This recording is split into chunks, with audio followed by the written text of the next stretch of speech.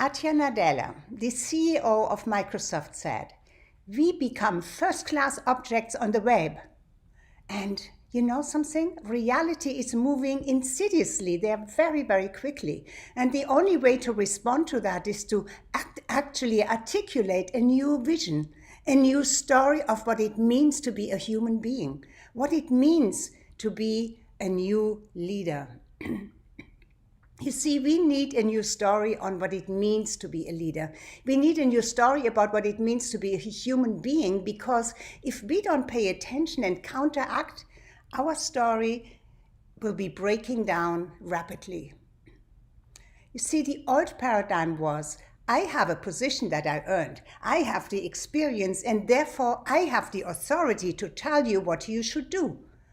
That was the old kind of leader, telling you what to do. The new kind of leader is asking questions like, how would you tackle this problem? What, in your view, would be the best way of handling this? And when you have to lead, let's say, 10 or more people, you will have 10 incredible brains to work with. Maybe they don't all think like you, but that's a good thing.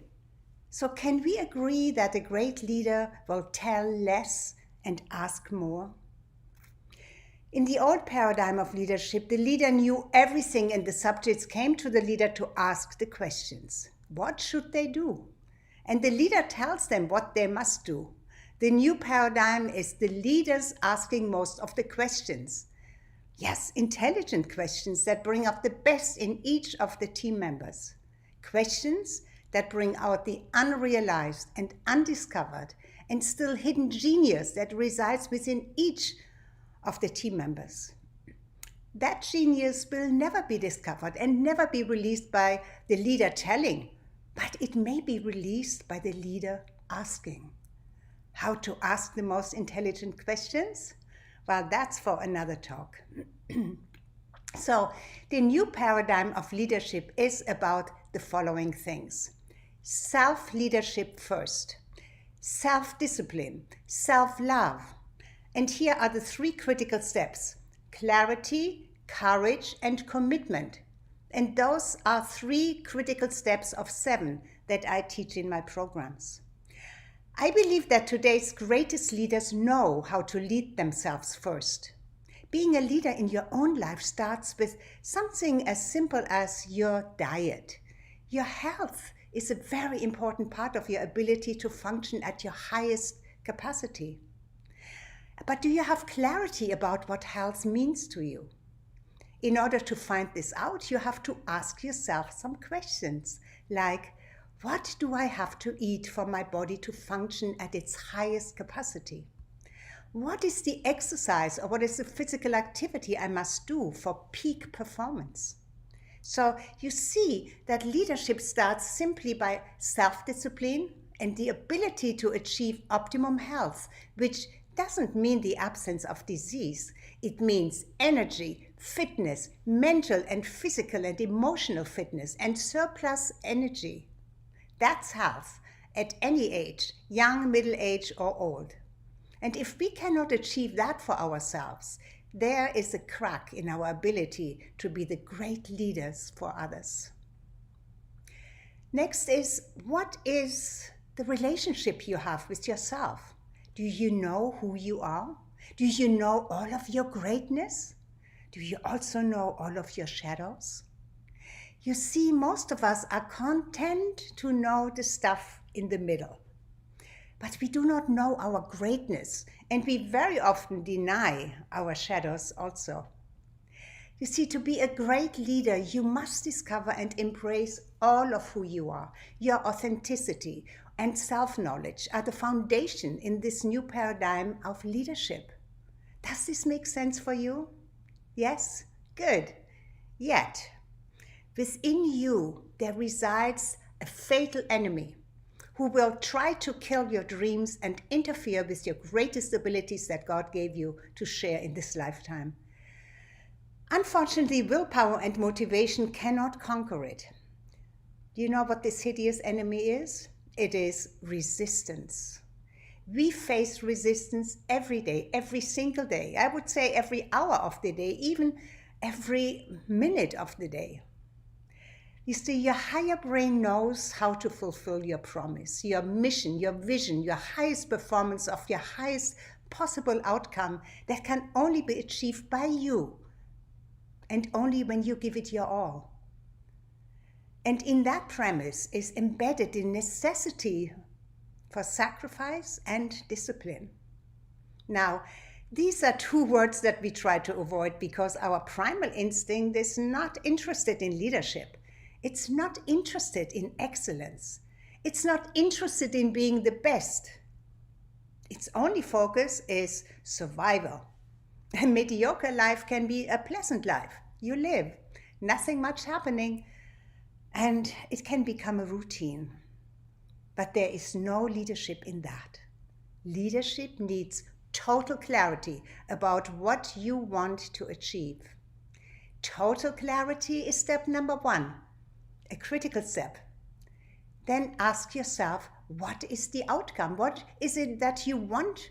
What is your desire? And what must you do? And do you think that somebody telling you what you must do is very motivating? No. Remember, it's the old paradigm, telling you what to do. Or do you think that if somebody can inspire you to a point that you can actually feel so much love and appreciation, the love that is so outrageous that there is no question that you would sacrifice for it, no question that you would discipline yourself for it? Can you see that it's a much easier way to sacrifice for love? I come back to love a little bit later. So I'll share here the two most critical steps to guarantee your desired outcome. And the first is clarity. We already talked about this. With clarity comes more confidence and better focus. Those are the three members of the same family, of which clarity is the driver at the top. Today, I'm speaking to you about clarity that crystallizes your goals. If you do not crystallize your goals, vagueness will creep in.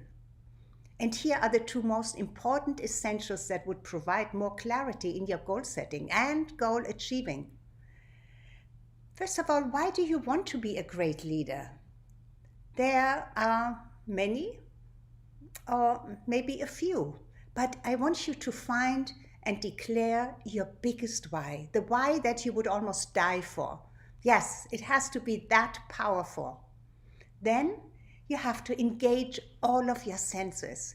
You have to see it clearly in front of your inner eye and see the desired outcome as if you see a movie. And of course, you are the main character. I find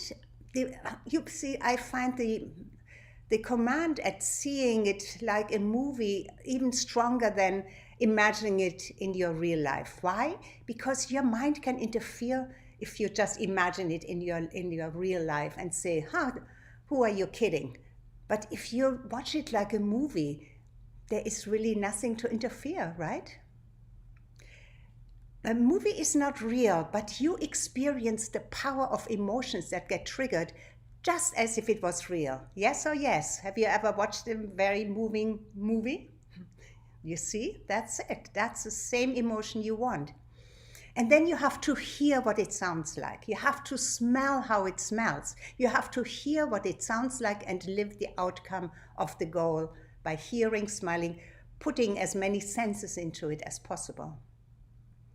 And then you have to put your desired outcome into a time frame. What will this look like in 1 week, in 1 month, in 3 months, 6 months, 12 months, and more? So I repeat that you can write this down quickly. Number 1, your biggest why. Number 2, engage all of your senses. See, hear, smell, feel the desired outcome. Number 3, put your goals into a clear time frame. How it will be in a week, first month, 3 months, 6 months, 1 year, and so on. Yes, work with those steps and you will experience more and more clarity coming into your life. Not only in goal setting, other issues may come up and you may experience an epiphany, a sudden clarity. Wouldn't that be awesome? Can you see the truth in this? Can you do this? Will you do this? And when? Then when it comes to courage, courage is the second critical step. In the family of courage resides safety. If you have the courage to do something and you did it well, you feel safe doing it again, right? What else comes under courage? Confidence. Confidence is a cousin of courage. Courage comes first, then confidence, and from there, safety. And as a leader, you need those two critical steps of clarity and courage. Let me share a story here. I never forget that moment. Some years ago, I had gathered enough courage to tell my husband that what I wanted to do for years, but always pushed it back on the back burner. I said, Sweetheart, I have decided to become the best speaker, the best public speaker on international stages and in my line of work. First, he looked at me with eyes that reflected surprise and confusion. Then he stood up and his body seemed to grow taller. What do you want, Angelika? He only calls me by my name, otherwise he would say sweetheart. When he is irritated or offended. What is it with you, he says. You have everything you need right here. It's a dangerous world out there. Why can't you just be like other wives who enjoy supporting their husbands? You see, I have always been a businesswoman, yet my family viewed my business mostly as a hobby. My stomach started to churn. I wanted to protest out loud. I am not like any other wife or anybody else. But I bit my tongue for the moment. I have flashes of memory hearing people addressing me as Mrs. and then my husband's first and last name. I am not Mrs., my husband's first and last name. I am Baroness Angelika von Canal. That's who I am, and I have married a Christie. I feel my tears, my eyes just tearing up and my face flush, not in shame, but in anger. I feel like I stand in a glass house without doors. I see that life that I desire is happening outside, on the outside, while I feel trapped in the inside. So my heart starts racing as if it wanted to jump out of my chest. I'm holding my breath. And then I hear the words that I will never forget. My husband says, "Be realistic, Angelika. You will never make it out there. Here you have my protection for the rest of your life. And at least you can be sure that you will have a comfortable death." I was stunned. I felt like a tragic comical show just ended. I became very still, almost numb. But through my tears, I felt this surge rising in me. I grew powerful. I grew powerful wings. That moment empowered me. It flipped a switch. And I took courageous action with clarity. I shed the classification of Mrs., my husband's first and last name, like a snake sheds its skin. I knew that I just gave myself permission to be the unapologetic and magnificent woman and leader, and I was ready to step outside of my country and into the world in a bigger way. And I did. That was 5 years ago. It was a lesson for my husband also. It rang in a period of many changes. I am glad for it because the disaster turned into a gift. Today, we love and respect each other even more. Creating conscious change takes courage. We all go through change because of outside circumstances. I mean, all of us have experienced it in 2020, just last year, because of the pandemic. You could have lost so much from all kinds of reasons. Financial, a tornado, a hurricane, a flood, a divorce, death. Your life can change drastically and rapidly at any time, but you need clarity and courage to figure out what to do next. And as a leader, you need to know it first before you can guide anybody else to a new and better reality for the best outcome possible. Yes, you need to know what choices there are, because every disaster and every unfortunate situation carries a gift. It's that other side of the coin. One side disaster, the other the gift. So what is the gift, you may ask? It's the opportunity to experience something new, something that was impossible or not in your awareness before. And leaders see opportunities where none existed before. That's one of the trademarks of a great leader. And then, of course, you need to ask the right questions. Like, where are you in your life? Where do you need more courage to move forward? What is important to you, and what is your highest goal? Why have you not achieved it yet? And again, we cannot easily free ourselves from our subconscious programming that dictates the way we used to do things. Breaking through an old habit and possibly breaking a rule that is outdated may sometimes feel risky, but it is the only way to create your future self with certainty. Old habits need to be recognized with clarity and then be broken courageously to make room for new and better rules to be implemented and developed. The world needs new leaders and new rules. The world needs you and your new understanding about a new paradigm of leadership. What about archetypes? I feel that it is of great value to know your archetype. Knowing your archetype gives you the advantage to successfully navigate your strong and weaker characteristics, which gives you a powerful advantage over those who do not know theirs. For example, my archetype is the avant-garde. I am known as using my advantage of forward-thinking creativity, in-the-know sophistication to create rule-changing solutions. My advantage is sophistication combined with rebellion. Because of my extensive study and my self-study, I help the gritty woman over 50 to experience the joy and freedom to live as the unapologetic, untamed, and magnificent woman she really is. If you are a woman, would you want this too? I already shared with you that my nature is sophistication and rebellion. What is your true nature? What describes you best? What describes you best in one sentence? What is your true one sentence? My one true sentence is, I break rules for freedom, for justice, for love, and to be true to myself.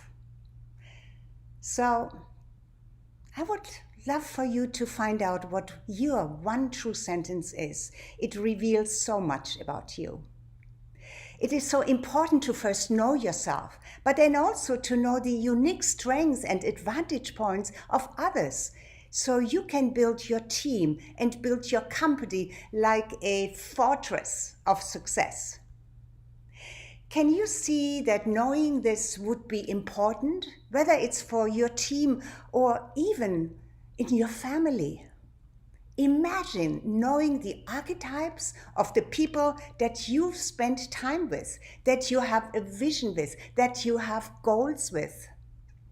Understanding this will make it so much easier to bring the right group of people together. Can you see this clearly? Yes? Yes or yes? So, in conclusion, let me say that the new leader is the one who knows how to ask the right questions and has the capacity to feel his own pain and the outrageous pain of others.